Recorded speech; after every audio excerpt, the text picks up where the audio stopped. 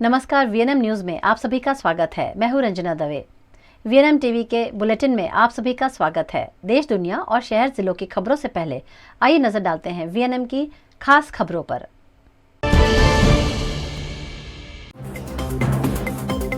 पंजाब में हिंदू नेता की गोली मारकर हत्या, हमलावरों की कार पर खालिस्तानियों का स्टिकर।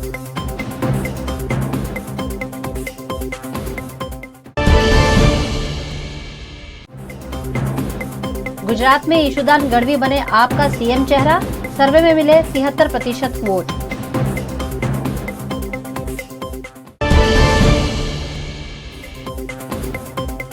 और बड़ोदरा में पूर्व सांसद के साथ विधानसभा टिकट के नाम पर धोखाधड़ी, सत्यजीत सिंह गायकवाड़ की साइबर क्राइम में शिकायत। मूर्तियों की बेअदबी के खिलाफ धरना दे रहे हिंदू नेता सुधीर सूरी को पंजाब में सरेआम पुलिस की मौजूदगी में मौत के घाट उतार दिया गया। पंजाब के अमृतसर में आज शुक्रवार को हिंदू नेता सुधीर सूरी की गोली मारकर हत्या कर दी गई। सूरी को पुलिस प्रोटेक्शन मिला हुआ था। इसके बावजूद उन्हें अमृतसर में मंदिर के बाहर 2 गोलियां मारी गईं। हत्या के समय वे मूर्तियों की बेअदबी के खिलाफ अमृतसर के गोपाल मंदिर के बाहर प्रदर्शन कर रहे थे। गोली मारने वाले को गिरफ्तार कर हत्या में इस्तेमाल हुई पिस्टल बरामद कर ली गई है। जिस समय सूरी को गोली मारी गई तब उनके साथ कई समर्थक भी मौजूद थे। फायरिंग के बाद उन्हें घायल अवस्था में प्राइवेट अस्पताल ले जाया गया, जहां उन्होंने दम तोड़ दिया। सूरी खालिस्तान समर्थकों के टारगेट पर थे। कुछ समय पहले विदेश में बैठे खालिस्तान समर्थकों ने उनकी हत्या की साजिश भी रची थी। इसके बाद उन्हें पुलिस प्रोटेक्शन दिया गया था। सूरी की हत्या के बाद इलाके में भारी तनाव है। वहां भारी पुलिस बल तैनात कर दिया गया है। सूरी की हत्या क्यों की गई, इस बारे में आरोपी से पूछताछ की जा रही है। फिलहाल आरोपी के बारे में जानकारी भी सार्वजनिक नहीं की गई है। गुजरात में आम आदमी पार्टी ने महासर्वे के परिणाम के आधार पर ईशुदान गढ़वी को विधानसभा चुनाव के लिए मुख्यमंत्री का चेहरा घोषित किया है। गुजरात विधानसभा चुनाव में इस बार आम आदमी पार्टी पूरा दमखम लगा रही है। विधानसभा चुनाव के ऐलान के साथ ही आम आदमी पार्टी ने गुजरात में ईशुदान गढ़वी को मुख्यमंत्री के चेहरे के रूप में प्रोजेक्ट कर दिया है। गुजरात की जनता के पास करवाए गए सर्वे में ईशुदान गढ़वी को 73% वोट मिले हैं। इस सर्वे में गुजरात के 16.48 लाख लोगों ने हिस्सा लिया था, जिसका ऐलान आम आदमी पार्टी के सुप्रीमो अरविंद केजरीवाल ने अहमदाबाद में किया। जबरदस्त बदलाव की ओर इस बार गुजरात जा रहा है। एक बहुत लोगों को उम्मीद है कि महंगाई दूर होगी, बेरोजगारी दूर होगी, उनकी ज़िंदगी में सुधार होगा, बच्चों को रोज़गार मिलेगा, अस्पताल खुलेंगे, स्कूल खुलेंगे। आम आदमी पार्टी एक नई पार्टी है, नया इंजन है, नई उम्मीद लेके आई है। पूरे देश के अंदर नई उम्मीद, नई राजनीति, नए चेहरे। तो हम कमरे में बैठ के ये तय नहीं करते कि सीएम हमारा कौन होगा। पंजाब के अंदर भी हमने यही किया था। भगवंत मान साहब को सीएम कैंडिडेट केजरीवाल ने नहीं चुना था, भगवंत मान साहब को सीएम कैंडिडेट पंजाब की जनता ने चुना था। हमने पंजाब की जनता से पूछा था कि आपका सीएम कैंडिडेट आम आदमी पार्टी का कौन होना चाहिए। पंजाब की जनता ने कहा था। ऐसे ही अब जब लग रहा है कि अगली सरकार आम आदमी पार्टी की बनने वाली है, लगभग निश्चित हो चुका है। ये जितने आप लोग सर्वे देख रहे हो ना टीवी में, जब नई पार्टी आती है तो नई पार्टी का कोई भी सर्वे ठीक से अनुमान नहीं कर पाता। जब हम पहली बार दिल्ली में पहली सरकार बनाई थी, हमारी 28 सीट आई थी, तो ये कोई भी सर्वे हमें एक भी सीट नहीं दे रहा था और हमारी 28 सीट आई और हम जीत गए। गुजरात के अंदर ये सारे सर्वे फेल होंगे। आज आप लिख लीजिए, सारे सर्वे फेल होंगे और गुजरात के अंदर आम आदमी पार्टी की सरकार बनेगी।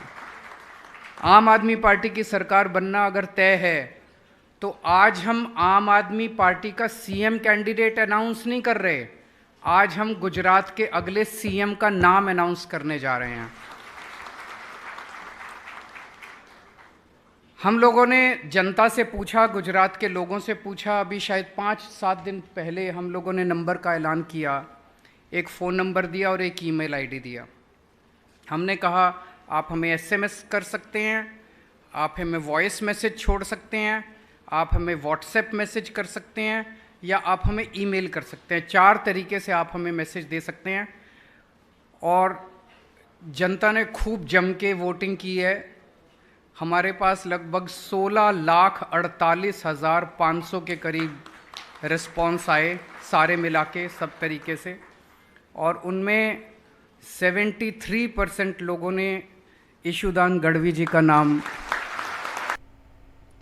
ईशुदान गढ़वी के नाम का ऐलान होते ही उनके परिवार में खुशी की लहर दौड़ गई। उनकी पत्नी और उनकी माता समेत के परिजनों ने मुख्यमंत्री का चेहरा घोषित होने पर ईशुदान गढ़वी को शुभकामनाएं दी। अरविंद केजरीवाल जी राजनीति बदलने के लिए निकले। मेरे जैसे छोटे किसान परिवार का बेटा आज अरविंद जी की राजनीति में इतनी बड़ी जिम्मेदारी का एहसास करवाते हैं, ये अपने आप में बहुत बड़ी बात है। आज तक ये रहा है कि आप कोई बड़े मिक्स बोलता रहीश, हाँ मिक्स રહેશે। ગુજરાતીમાં પણ રહેશે ને વચ્ચે વચ્ચે ઇંગ્લિશમાં પણ શબ્દ કદાચ બે આવી જશે। મિત્રો સવાલ એ છે કે જ્યારે હું ખેડૂતો માટે અવાજ ઉઠાવતો હતો, આઉટસોર્સિંગ કર્મચારીઓ માટે અવાજ ઉઠાવતો હતો, ખેડૂતો તો મારા દિલના પ્રાણ છે। સેંકડો ખેડૂતો એક આશાની ઉમ્મીદ લઈને બેઠા હોય, મારા સ્ટુડિયો આવતા હોય। એક નાની ઉંમરમાં ઈશ્વરે મને ખૂબ મોટી જવાબદારી ચેનલ હેડ બનાવીને પણ આપી હતી, પણ કંઈક ખૂટતું હતું। હું સંપૂર્ણ આધ્યાત્મિક જીવ છું, કર્મના સિદ્ધાંતમાં માનું છું। હું ખરાબ ક્યારે કોઈનું કરતો નથી। मैं ईश्वर से हर हमेशा एक ही प्रार्थना करता हूं कि मैं किसी का बुरा ना करूं, जितना हो सके मैं भला करने की कोशिश करूं। मुझे जिंदगी में मेरे लिए कुछ नहीं चाहिए, ईश्वर ने सब कुछ दे दिया। बस अब मेरे गुजरातियों के लिए मुझे ईश्वर से प्रार्थना है कि उनकी पीड़ा मैं थोड़ी भी कम कर सकूं, उतना मुझे आशीर्वाद दें। वाघोडिया विधानसभा बैठक के टिकट के लिए सत्यजीत गायकवाड़ से पैसों की मांग के साथ ठगी के प्रयास का मामला सामने आया है। वडोदरा शहर के पूर्व सांसद और गुजरात प्रदेश कांग्रेस कमेटी के वाइस प्रेसिडेंट सत्यजीत सिंह गायकवाड़ के पास राहुल गांधी के पीए के नाम पर ठग ने वाघोडिया बैठक के टिकट दिलाने के लिए कांग्रेस के ऑब्जर्वर के लिए होटल में रूम बुक करवाकर पैसों की मांग की थी। ऐसे साइबर क्राइम करते ठगों के सामने पूर्व सांसद सत्यजीत सिंह गायकवाड़ ने शिकायत दर्ज करवाई है। इस घटना को लेकर आज उन्होंने अपनी प्रतिक्रिया दी। 2 दिन पहले मेरे को व्हाट्सएप पे मैसेज आया था कि मैं कनिक सिंह हूँ, पीए राहुल गांधी, और आप प्लीज़ मुझे कॉल करें। उसके बाद 3-4 उनके मिस कॉल आए थे। मेरा मोबाइल चार्जिंग पे था। देखने के बाद मुझे थोड़ा अजूब सा लगा कि कनिक सिंह को मैं राहुल का पीएस हूँ ऐसा इंट्रोडक्शन करने की ज़रूरत नहीं। कनिक सिंह को मैं 10-12 साल से जानता हूँ, काफ़ी वाकिफ़ हूँ, हम बातचीत करते रहते बीच बीच में। एनीवे, तो उसके बाद मैंने उनको फ़ोन किया, बातचीत की, तो उन्होंने कहा कि भाई तुमको सीट मिलनी चाहिए, तुम सीनियर कांग्रेसी लीडर हो, राहुल गांधी के सीक्रेट ऑब्जर्वर्स आ रहे हैं और वो लोग अपना रिपोर्ट बना के भेजेंगे, तो आपका सीट मैं फाइनल करवा दूंगा, लेकिन आप उनका रहने खाने पीने का खर्चा करने का। तो मैं बोला कि कोई बात नहीं, कि रहने खाने पीने का खर्चा करेंगे हम। लेकिन मुझे ऐसे ताजुब हुआ कि आज तक 20 साल में ऐसे कितने भी ऑब्जर्वर आए, वो कभी किसी का खर्चा नहीं मांगते, ना हमारा चाय पीते, ना हमारा पानी भी पीते, ना खाना खाते। पैसे मांगने की तो बात ही नहीं। तो मुझे ख्याल में आ गया कि राहुल गांधी का कोई कनिक सिंह नहीं है, ये फ्रॉड आदमी है। इसलिए मैंने उससे बातचीत चालू करी और मैंने पैसे देने की बात कबूली, और फिर मैंने उनसे बैंक अकाउंट की डिटेल्स मांग ली। बैंक अकाउंट की डिटेल आ गई। मैंने बोला कि कल दोपहर को 2 बजे तक मैं पेमेंट करूंगा। उसके बाद उनके दूसरे दिन 11 बजे से मैसेज आते रहे, कब पेमेंट कर रहे हो, 2 बजे कर देना। 2 बजे नहीं किया। फिर उन्होंने मेरे को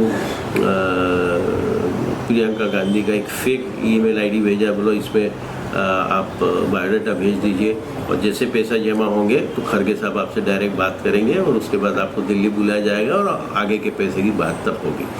तो इतना सब होने के बाद मैं कनिक सिंह से बात किया, जो असली कनिक सिंह है, कि भाई ऐसे ऐसी है, आपके नाम से ऐसा हो रहा है और कई लोग लूटा जाएंगे। तो उसने कहा कि भाई बिहार में भी ऐसे 2020 में हुआ, इसलिए आप प्लीज़ मेहरबानी करके साइबर क्राइम में जाके केस फाइल करिए। अगर ज़रूरत पड़े तो मुझे भी अगर पूछा जाएगा तो मैं भी बात करूँगा।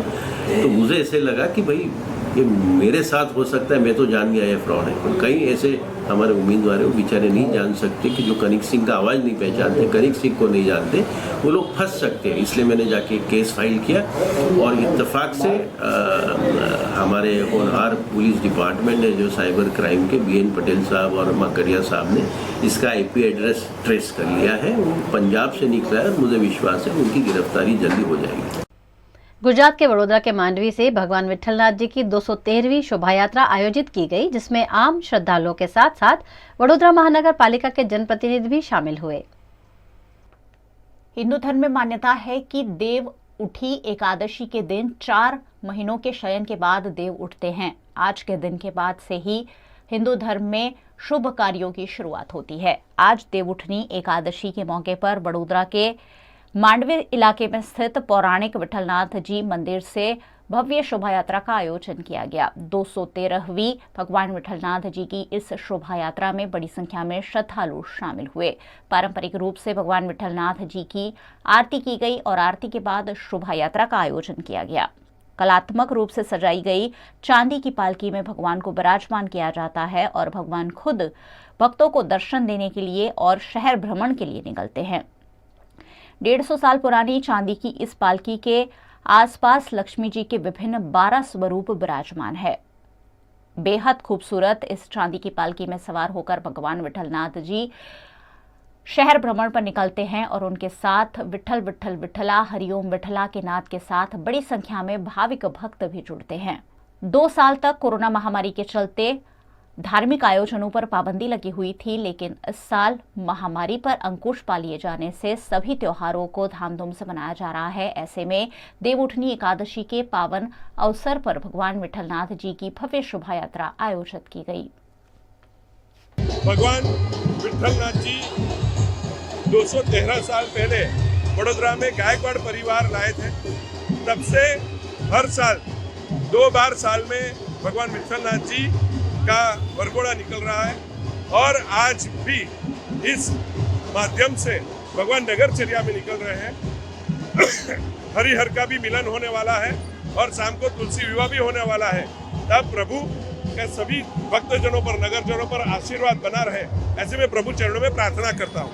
213 વરઘોડો જ્યારે નગરમાં નીકળી ગયો છે, ભગવાન ખુદ નગરજનોને દર્શન આપવા નીકળ્યા છે, ત્યારે રાજવી પરિવાર દ્વારા સ્થાપિત વિઠ્ઠલનાથજીના મંદિરમાંથી જે રીતના વર્ષોથી આ પરંપરાગત વરઘોડો નીકળે છે, તે પ્રભુને આ એકાદશીના દિવસે પ્રાર્થના કરીએ છીએ કે વડોદરા શહેરના સૌ નાગરિકો પર એમના આશીર્વાદ રહે, વડોદરા શહેરના નાગરિકોને સુખ સમૃદ્ધિ અને સારું સ્વાસ્થ્ય આપે, તેવી પ્રભુને પ્રાર્થના। सालों से भगवान विट्ठलनाथ जी मंदिर का आज वरघोड़ा निकल रहा है, जिसमें सभी नगरजन उसका दर्शन के लिए उत्सुक है और आगे आने वाला साल अच्छी तरह से जाए, इसी मनोकामना के साथ प्रार्थना भी करते हैं। शहर की आन बान और शान जो भगवान विट्ठलनाथ जी की रथ यात्रा जो निकलती है, आज देवउठी एकादशी, जिस दिन भगवान जो हमारे राजीव परिवार है वो आरती करते हैं और फिर नगरचर्या पे भगवान का रथ यात्रा निकलता है, तो आज बहुत अभिभूत हूँ और अच्छा दिन है, पवित्र दिन है।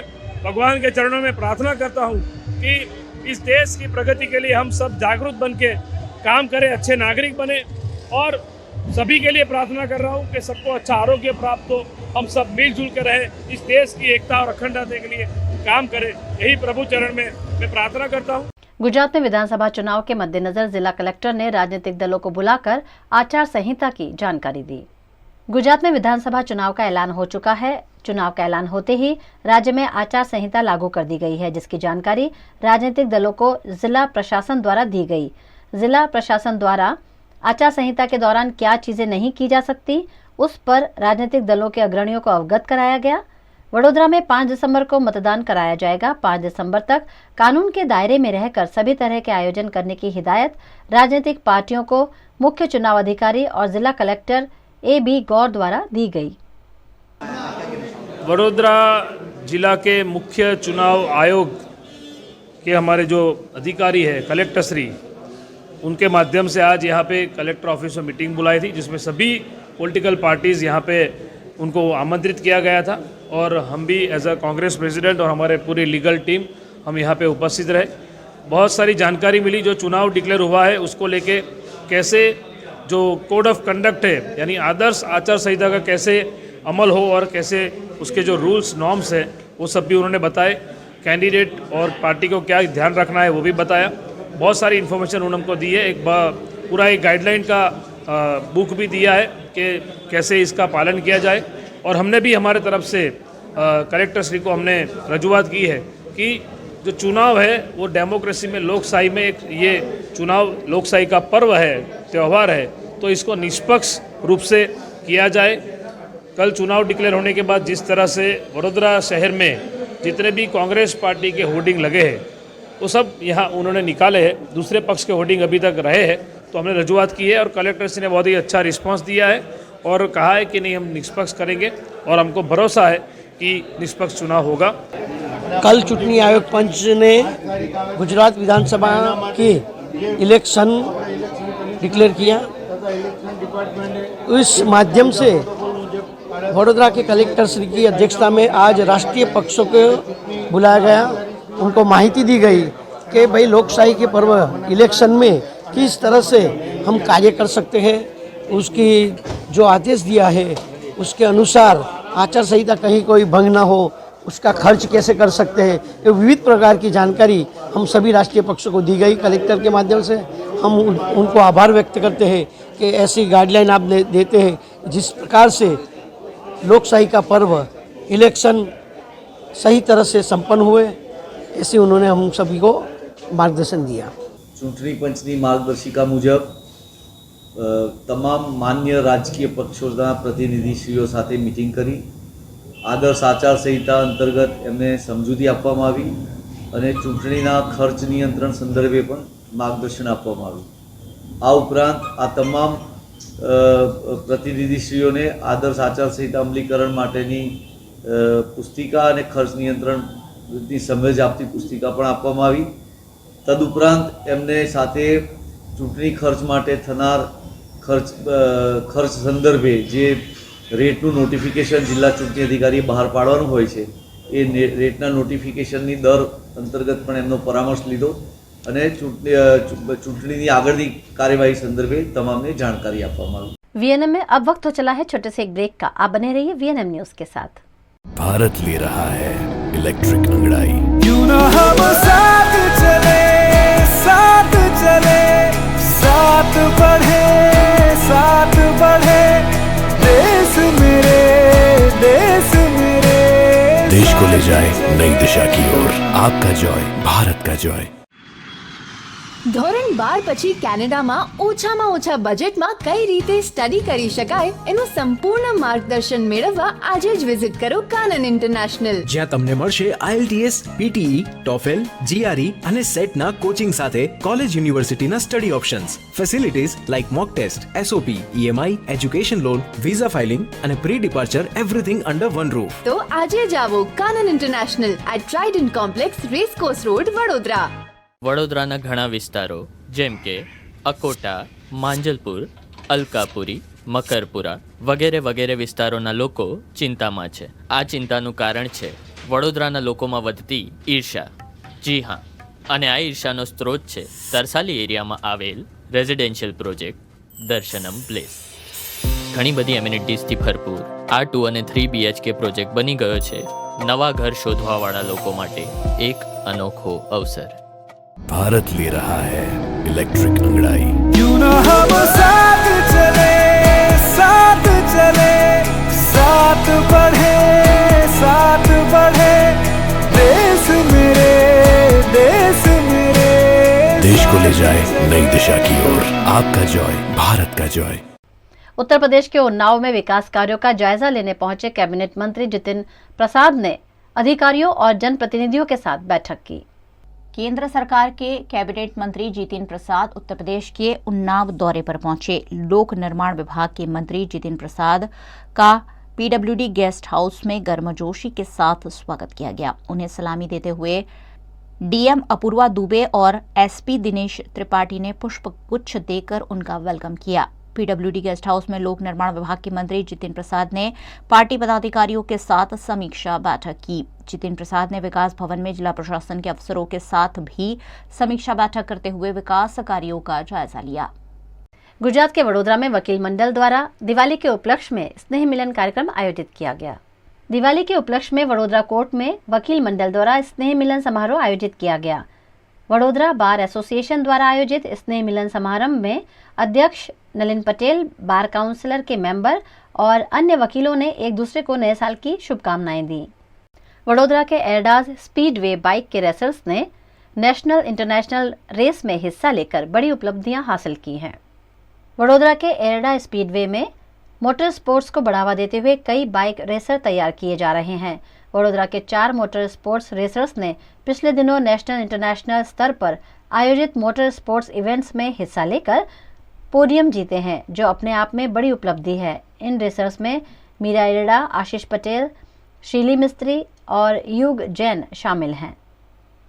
मलेशियन सुपरबाइक चैम्पियनशिप 2022 જેમાં મેં પાર્ટિસિપેટ કર્યું અને હું ઓવરઓલ ચેમ્પિયનશિપમાં 3rd આવ્યો।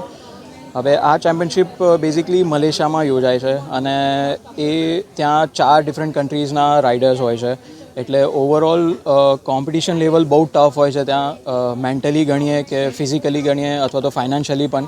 સો મને ગર્વ છે કે હું ભારતને રિપ્રેઝેન્ટ કરી શક્યો અને ઓવરઓલ 3rd પોઝિશન લાવી શક્યો। અને બીજી ચેમ્પિયનશિપ જે મેં હમણાં જીતી છે લાસ્ટ વીક, એ રોયલ એનફિલ્ડની GT કપ હતી જે કોઇમ્બતુરમાં યોજાઈ હતી, એમાં પણ હું 3rd આવ્યો હતો।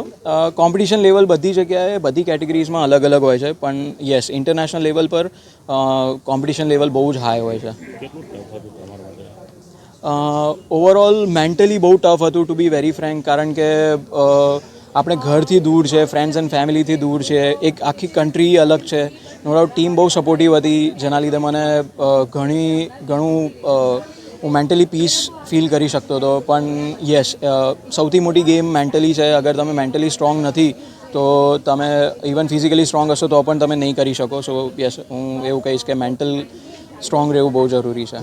હું પોતે મારું જે મોટરસાઇકલનું કરિયર શરૂ થયું હતું એ પ્રોફેશનલ સ્ટન્ટ રાઇડર તરીકે શરૂ થયું હતું, પણ શરૂઆતના ટાઈમમાં જ મને સમજાયું હતું કે આ વસ્તુ બહુ રિસ્કી છે, આપણા માટે નહીં, આપણા ફેમિલી માટે પણ, અને રોડ પર કરીએ તો બીજા કોઈને પણ આપણે નુકસાન કરીએ। એટલે મેં બિલકુલ એ બંધ કરી દીધું હતું અને પુણેમાં અમારા પાસે સેફ જગ્યા હતી જ્યાં અમે પ્રોફેશનલ સ્ટન્ટ્સ કરતા હતા અને મારું કરિયર સ્ટાર્ટ થયું એઝ અ પ્રોફેશનલ સ્ટન્ટર તરીકે। મેં યશરાજ ફિલ્મમાં પણ કામ કરેલું છે, ઘણી બધી એડ મૂવીઝ પણ કરેલી છે।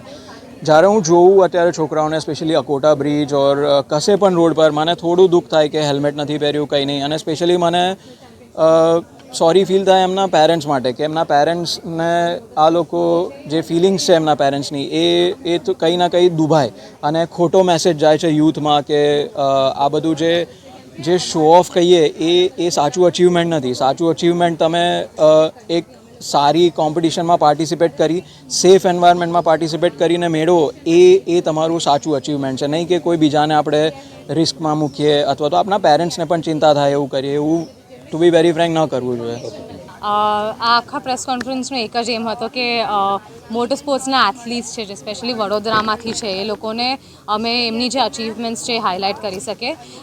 હું પોતે જ આ વખતે લાસ્ટ વીકેન્ડ અમારી જે રેસ હતી નેશનલ લેવલ પર, નેશનલ રેસિંગ ચેમ્પિયનશિપ જે કેટાયરની, એમાં હું 3rd આવી LGB કેટેગરીમાં, and I was the first female ઇન્ડિયામાંથી જેને આ પોડિયમ ફિનિશ કર્યું છે। મારા સાથે જે બીજા 2 છોકરાઓ છે નાના, એ લોકોએ આ વર્ષે યુગ જૈન જે છે એને 3rd પોઝિશન અચીવ કર્યું હતું, એન્ડ શીલી મિસ્ત્રી છે જે એને પણ 3rd પોઝિશન એના કેટેગરીમાં અચીવ કર્યું છે। So that is a very huge national level પર એક અચીવમેન્ટ મળ્યું છે। એન્ડ આશીષ પટેલ જે છે મોટરસાઇકલ રેસિંગમાં સુપર બાઇક ચેમ્પિયનશિપ હતી મલેશિયામાં, જે 2nd મોસ્ટ કમ્પેરેટિવ કેટેગરી છે આખા એશિયામાં, એમાં એ 3rd લાવ્યા, full overall championship title. And also જે કોન્ટિનેન્ટલ GT કપ છે, રોયલ એનફિલ્ડ GT કપ, એમાં પણ એમને લાસ્ટ વીકેન્ડ 3rd લઈને આવ્યા છે। સો એ આખું ગુજરાત માટે એક બહુ પ્રાઇડની મુમેન્ટ છે કે બધા જ એથ્લીટ્સ મોટર સ્પોર્ટ્સમાંથી અલગ અલગ કેટેગરીઝમાં એ લોકો પોડિયમ ફિનિશ કર્યું છે। એન્ડ અમે હજી એમ કરીએ છીએ કે હજી એ લોકોને કેવી રીતે આગળ વધારીને બીજા લોકોને એન્કરેજ કરી શકીએ two enter in to the sport અને એમનું ડ્રીમ ફોલો કરી શકે। મેં ક્રોટેક્સ નેશનલ ચેમ્પિયનશિપમાં પાર્ટ લીધેલો છે, તો ઓવરઓલ 5 રાઉન્ડ્સ થાય જે મેં બધામાં પાર્ટ લીધેલો છે અને એવરી રાઉન્ડમાં આપણે 5 રેસ હોય ક્વોલિફાઈંગ હીટ 1 હીટ 2 સેમિફાઇનલ અને ફાઇનલ. મારું આ યરનું એક્સપિરિયન્સ બહુ હેલ્પફુલ રહેશે મારા નેક્સ્ટ યર માટે. ઓવરઓલ મારે બહુ હાઈઝ એન્ડ લોઝ હતા. મારે હજી બહુ પ્રેક્ટિસ અને રેસક્રાફ્ટની જરૂર છે. તો નેક્સ્ટ યર હું હજી પુશ કરવા માંગુ છું. વડોદરા તરફથી ઓનલી 2 પાર્ટિસિપન્ટ્સ હતા જે એડાઝ રેસિંગને રિપ્રેઝેન્ટ કરી રહ્યા છે. ટોટલ મારી કેટેગરીમાં 24 હતા અને યુગની કેટેગરીમાં भी 20 अराउंड 21. सबसे पहले मेरा 6th बर्थडे था, उसमें मेरे पापा ने मेरे को सबसे बड़ा गिफ्ट दिया. तो मुझे लगा कुछ मतलब कोई टॉय मतलब कोई इलेक्ट्रिक साइकिल टाइप होगा. तब पता चला वो मेरे को गो कार्टिंग करवाने लेके जा रहे. तब मेरे को पता नहीं था क्या है वो. तब वो मेरे को आधा घंटा लगता है मेरे को मेरे घर से उधर पहुंचने में. तो फिर पापा लेके गए मेरे को. एक डबल सीट कार होती है उसमें चलाई. पापा ने मतलब फास्ट धीरे से फास्ट चलाई. फिर बाद में मेरे को मज़ा आ रही थी. मैंने अकेला ट्राई किया. फिर बाद में मेरा धीरे से फास्ट हुआ. फास्ट से मेरी ट्रेनिंग शुरू हुई. फिर ऐसे मैं नेशनल चैम्पियनशिप में गया. जब तब मेरे को तब मुझे लगा था कि बहुत सिंपल होगा. तब पता चला जैसे ही रेस चालू हुई तब मैं लास्ट था. फिर लास्ट से ऐसे 5 राउंड होगा टोटल. उसमें पहले क्वालिफाइंग उसमें जितना अच्छा टाइमिंग ला सकते हो तुमको करने का और उसमें तुम्हारा पोजीशन डिसाइड होगा. कितनी प्रैक्टिस है इसमें, कितना प्रैक्टिस करना पड़ता है और क्या? इसमें टोटल 9 प्रैक्टिस होती है. ओवरऑल तो 10 प्रैक्टिस होगी. 3 बजे तक ये शुरू है. तब फिर ऐसे मेरे को प्रैक्टिस में फिर टाइमिंग लाना था. फिर पहले मैं बहुत गंदा कर रहा था. फिर उससे मेरा बेहतर हुआ. फिर मैं 3rd आया लास्ट.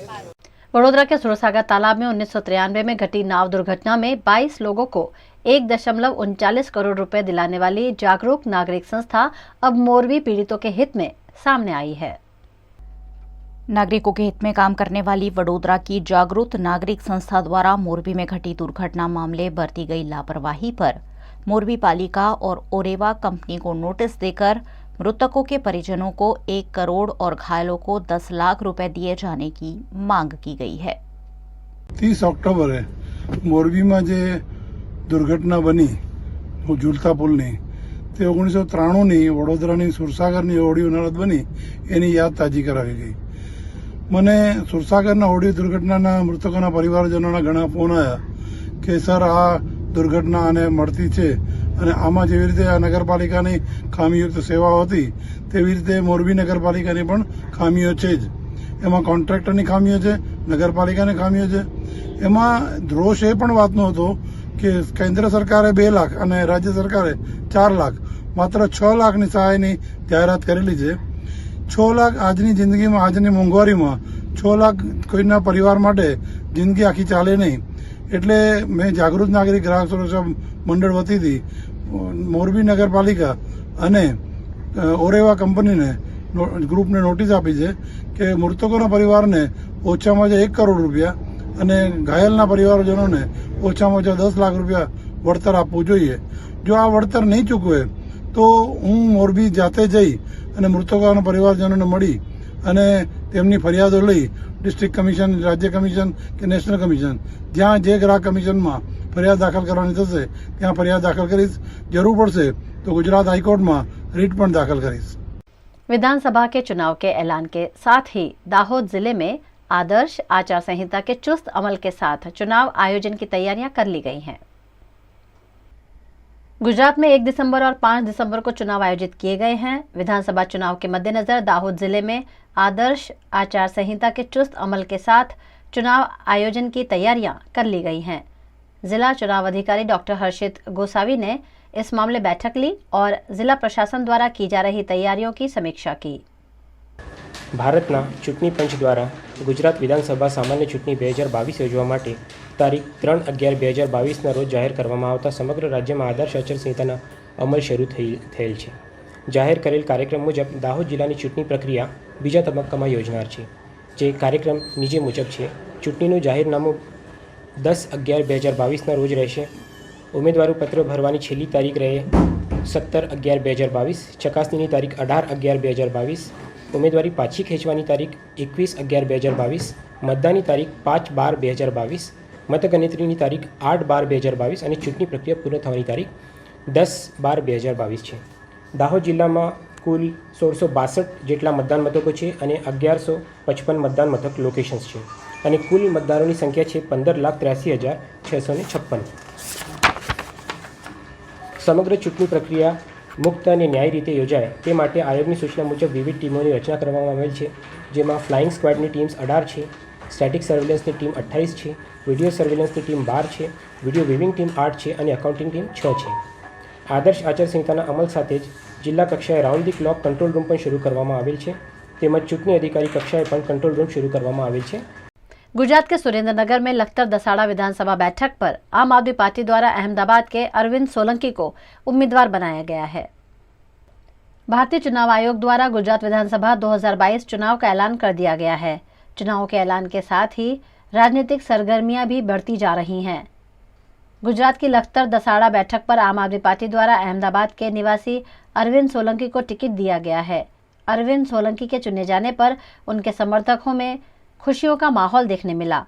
अरविंद सोलंकी का गर्मजोशी से समर्थकों द्वारा स्वागत किया गया. सुरेंद्रनगर एसओजी ने धागंद्रा के जसापर गांव से 24 किलो हरे गांजे की बुवाई का मामला पकड़ा है. धागंद्रा के रुद्रा के जैसापर गांव की सीमा में आए आवर धाम मंदिर के पुजारी ने अपने खेत में हरे गांजे की बुवाई की थी, जिसकी जानकारी मिलने पर सुरेंद्रनगर एसओजी पुलिस केंद्र के पीआई संजय सिंह जाडेजा और उनकी टीम ने छापा मारकर फसल को जब्त किया है और मंदिर के पुजारी मणिराम दास को गिरफ्तार किया है. गांजे की कीमत तकरीबन 2,42,000 है.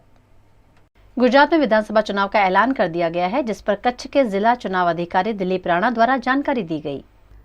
गुजरात में विधानसभा चुनाव का ऐलान हो गया है, जिसके चलते सभी जिला में प्रशासन अपनी तैयारियों में जुट गया है. कच्छ में भी चुनाव प्रक्रिया दौरान होने वाले खर्च से जुड़ी शिकायत करने के लिए प्रशासन द्वारा टोल फ्री नंबर का ऐलान किया गया है. 1800-233-2389 पर इस मामले शिकायत की जा सकेगी. साथ ही भारतीय चुनाव आयोग द्वारा सभी नागरिकों को अपील की गई कि किसी भी व्यक्ति को मताधिकार के इस्तेमाल के लिए प्रलोभन नहीं दिया जा सकता. सभी तरीके की आचार संहिता के पालन पर जिला चुनाव अधिकारी दिलीप राणा द्वारा जानकारी दी गई. ભારતના ચૂંટણી પંચે આજે ગુજરાતના વિધાનસભા માટે ચૂંટણીની જાહેરાત કરી છે. કચ્છમાં 6 વિધાનસભા ક્ષેત્ર આવેલા છે, જેમાં ગાંધીધામ જે છે એ અનુસૂચિત જાતિ માટેનું વિધાનસભાનું ક્ષેત્ર છે.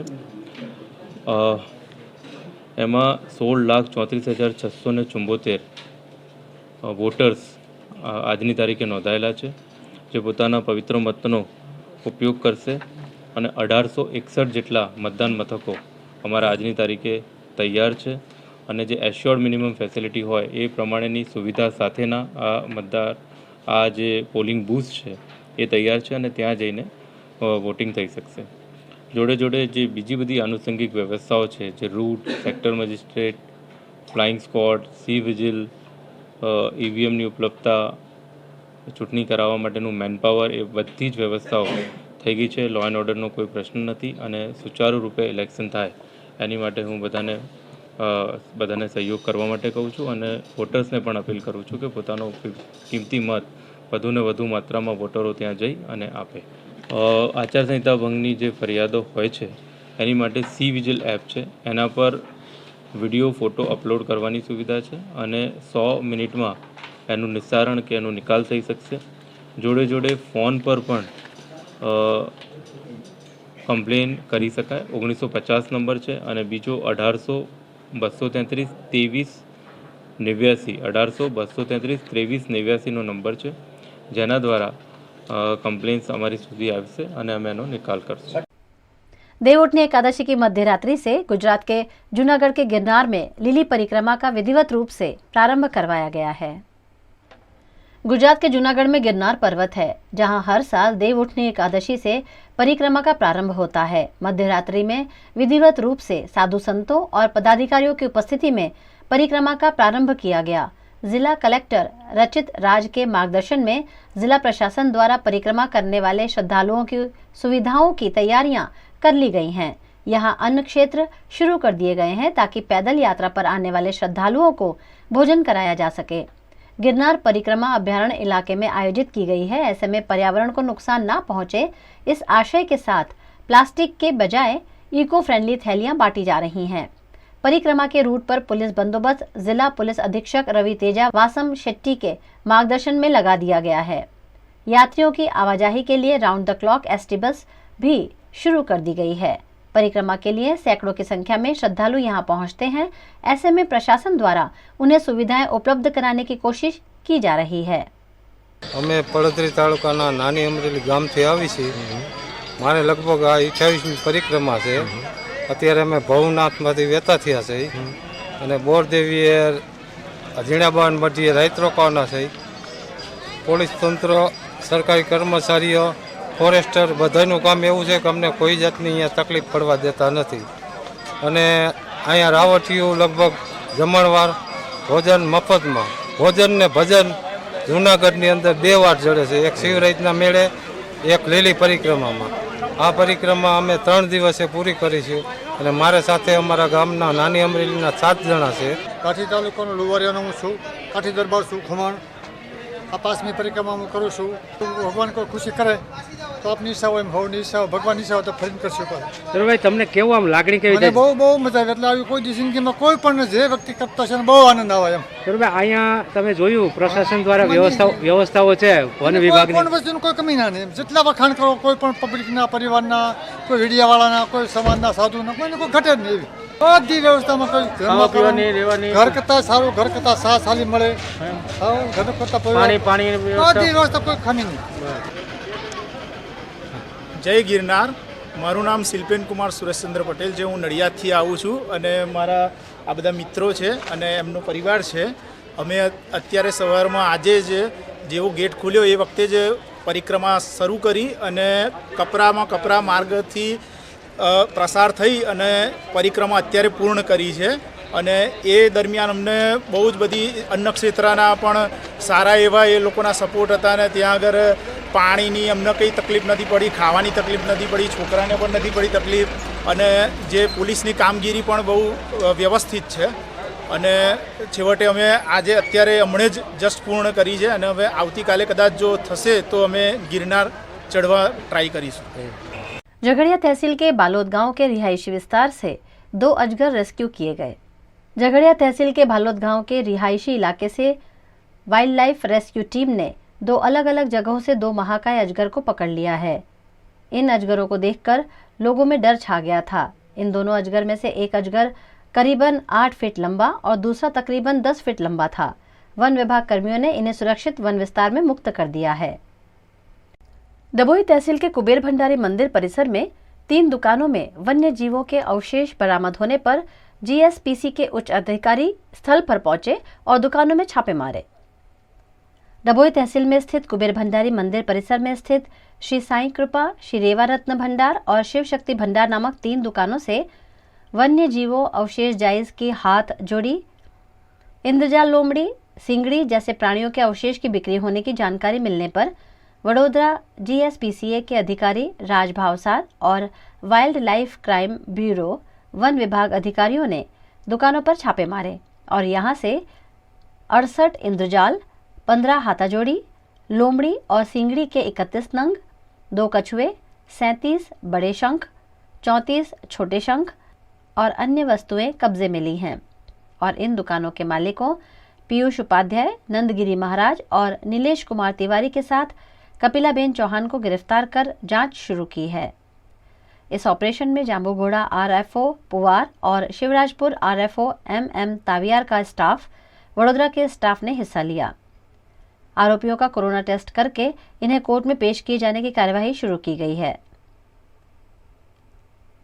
समयथी माहिती मળી હતી કે અહીંયા કુબેર ભંડારી પાસે આવેલા અમુક પૂજા સ્ટોર જેમાં રેવા છે, સાંઈ કૃપા અને શિવશક્તિ કે એમાં દરિયાઈ વનસ્પતિ જીવ જે બહાર કાઢી અને વેચે છે, જે અંધશ્રદ્ધામાં વપરાય છે કે ધારો કે તમારી શોપ છે, એનો ગલ્લો છે, એમાં તમે આ ઇન્દ્રજાળ કે તમે મૂકો જે દરિયાઈ જીવ, તેનાથી તમારે સુખ સંપત્તિ પ્રાપ્ત થાય છે. પણ આ બધું એક અંધશ્રદ્ધા છે. લોકોને એક જ મેસેજ કહેવા માગું છું, આ બધી જે વન્યજીવ છે એ પ્રોટેક્ટેડ છે 1972ની અંદર. એમાં સખ્ત કાર્યવાહી થાય છે. તમને 7 વર્ષ મેક્સિમમ અને 25,000 છે, ઓર નથી. અને જો તમે 25,000 ના ભરો તો તમારી સજા બી વધી શકે છે. માટે લોકોને ફરીથી અમે એક વિનંતી કરીએ છીએ કે આવા કોઈ બી અંધશ્રદ્ધામાં જો વન્યજીવની અંદર તમે પકડાશો તો સખ્તમાં સખ્ત કાર્યવાહી થશે. તેથી અમે લોકોને એક જ વિનંતી કરીએ કે આમાં ના પડતા તમારી પાસે કોઈ માહિતી આવે તો નજીકના ફોરેસ્ટ ડિપાર્ટમેન્ટ નહીં તો અમારી સંસ્થા ગુજરાત પ્રાણી ક્રૂરતા નિवारण संस्था જે 24 કલાક કાર્યરત રહે છે તેને તમે જાણ કરી શકો છો. वीएनएम टीवी की खबरें अब आप यूट्यूब, फेसबुक, इंस्टाग्राम के अलावा OTT प्लेटफॉर्म्स पर भी लाइव देख सकते हैं. Dailyhunt, Jio TV, Vodafone TV, Rock TV और जॉय टीवी पर 24 घंटे वीएनएम टीवी आपके लिए उपलब्ध है. तो देखते रहिए VNM TV. VNM news room से आज बस इतना ही. कल फिर मुलाकात होगी, तब तक के लिए इजाजत दीजिए. नमस्कार.